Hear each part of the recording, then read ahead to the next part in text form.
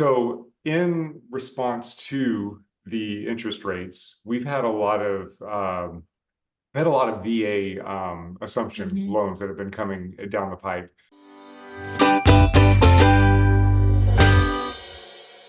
And I've been hearing that they're taking a lot longer than normal to happen. So how does that work? How does someone assume a VA loan? What are the rules behind it? And what's the process for that whole thing? Yeah, so the assumption itself, what does it mean? It means that the buyer could take over the current mortgage that sellers have, Okay. right? And keeping that interest rate and everything? And exactly, so keeping the same terms, they just basically taken over the existing mortgage and releasing sellers from the liability taken over, but they have to qualify for it. Okay. So the process is that they have to contact the bank that is holding the current mortgage. They would do the application to make sure that buyers qualify to take over. There's some potential benefits of that, right? So we have significant monthly savings. If right now interest rates 7% on VA, they're lower. It's government programs, they're in mid 6%. Versus the sellers probably have 2-3%. Even if it's 4, it's still a lot of savings for the potential buyers, and the costs and fees are lower. VA funding fee would be only 0.5% of the loan amount versus typically, it's 2.3% or even 3.5%, depending on whether it's a first time user of a loan or not. So potential challenges with that is, just like you mentioned, the process could take longer. Actually, this is last bullet point. Let me start the first one. Cashing out equity. What do I mean by this? Is the seller, of course, when they sell the house and they give in that loan to be, I assume they still want to get their cash, their equity in the house, right? So let's say the house is $1 million. We just have easy numbers, and the loan amount is 700,000. They want the 300,000. They want to take money out. So what it means that when buyer assumes the $700,000 loan, they have to come up with 300,000 difference. Okay. So And they can't finance that. correct, on VA loan you have to come up with cash, and some other loans like FHA, you might be able to get secondary financing. Some conventional products also are assumable, like adjustable rate mortgage products. So you might get a second financing, but with VA you cannot do that. So you have to come up with money. So if you have money, you can do that. That's fine. It's good idea. The second potential challenge is impact on the VA entitlement. That's challenge more to the seller than to the buyer.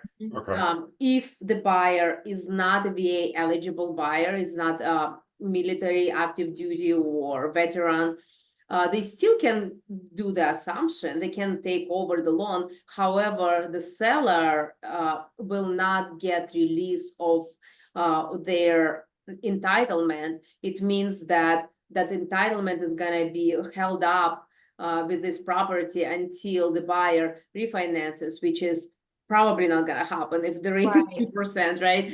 Or if they sell the house. Only after that entitlement gets released. And what does it mean to the seller? It means that they potentially might not be able to get another VA loan, or they would have to put money down. it's actually a myth that you can have only one VA loan. You can have multiple VA Okay. loans, but it all depends on how much entitlement was used up and how much entitlement you need to use for the new loan. And that's a formula that we use to determine, do they need to put money down or not on the new VA loan. And So is it possible, so if they didn't use a whole lot of their entitlement on the one that is being assumed by a non-qualified buyer, is it there a realm of possibility that they might be able to get their next house with a zero down? and it's possible, depends on how much eligibility or entitlement was used on current home and how Got it. much they need on the new home. But also another potential issue that I could think of is, what if the buyer is gonna default on the loan?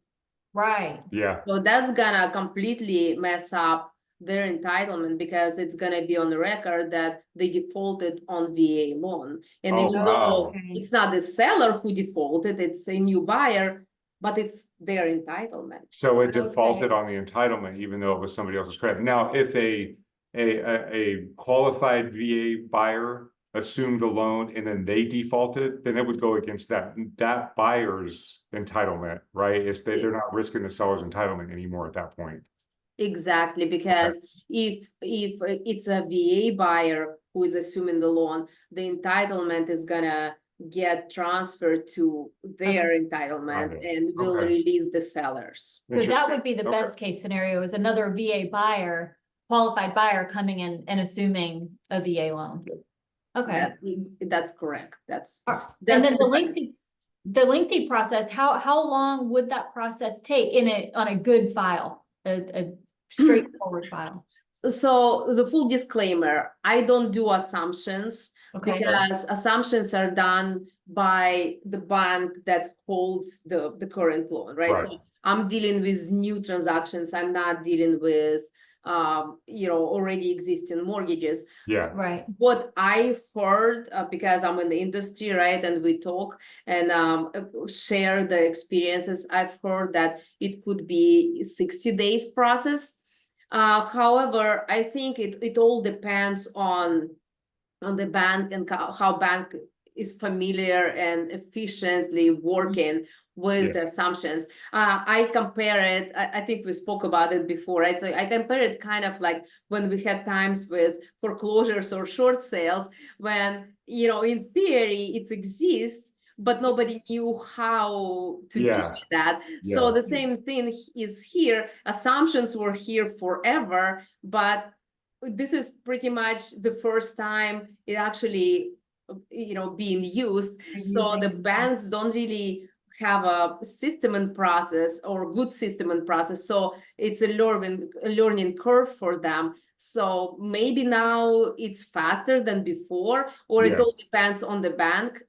Maybe some banks that already dealt with a bunch of them, they know how to do it faster. Yeah. And for some, it's a still new thing, and it could take longer.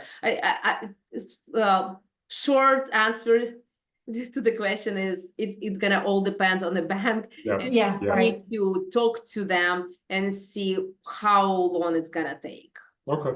Okay. Right. Yeah. All right, well, That was really good information. this is helpful. Yeah, I think this will help a lot of people. So from a seller's perspective, just if they just need to understand right now that it could take a little bit longer for settlement to occur.